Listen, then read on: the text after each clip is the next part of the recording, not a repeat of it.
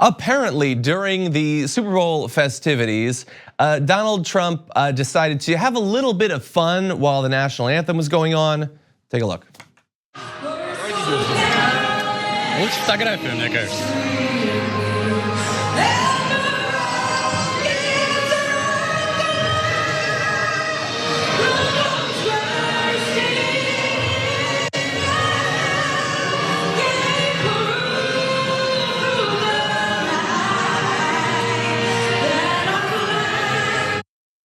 Okay, so really fast, in case you couldn't make out what was happening, and you probably couldn't because it looks like it was filmed on a Motorola Razr.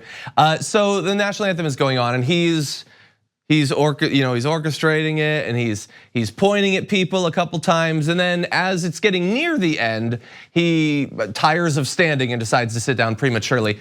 Now look, I'm not gonna talk about this for very long. I understand, as you probably understand, that this is not news, this is not the most important thing that happens in the world, but more importantly, because I think, especially if you are you watch the show regularly, I have a feeling you probably already understand everything about this. You understand what you just saw, you understand probably what I'm going to say about it.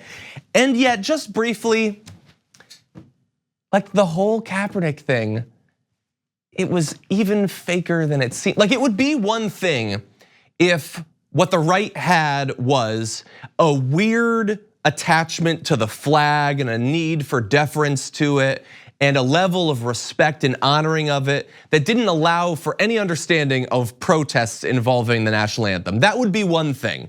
That's what they implied that they had. And as outsiders, we can look at that and say, well, look, Kaepernick and others who are kneeling during the national anthem, they are being incredibly specific over and over saying what it's about, and it's not about dishonoring the national anthem. And that was shouted down over and over, and I don't care what you say you're protesting, I'm gonna tell you what you're protesting.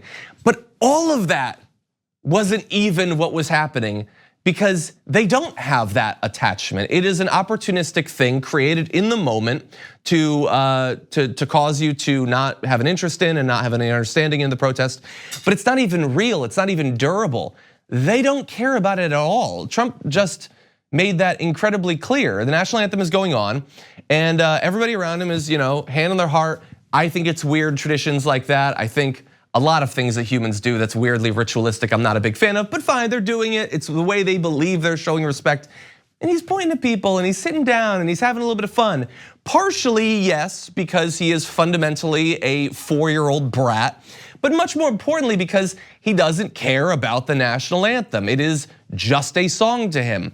And there isn't gonna be, like Morning Joe was mad about it. A lot of people are recognizing the whole thing, the fakeness of how many times he tweeted about Kaepernick, and you can look, he did it literally dozens of times. He doesn't care about it, the right doesn't care about it. They're not gonna be attacking him like they attacked Kaepernick. It's all fake. And that's part of why this, I get, isn't big news.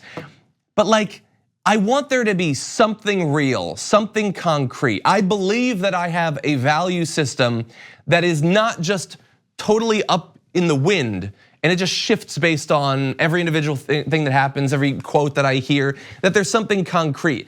And even for the people who fundamentally disagree with me on politics, I will disagree with them, but I want to believe that they have actual values, even values that I will devote entire segments to trying to tear down, that there's something there, something concrete. A weird fetishizing of the flag and the anthem is something at least, but we don't even have that. And that's sort of depressing.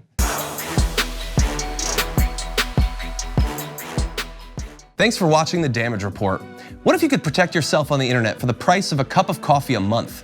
Well, if you head to nordvpn.com/TYT, you'll be able to connect up to 6 devices to NordVPN's military-grade encryption for $349 a month. If you go now, they'll even throw in a month for free. Go now.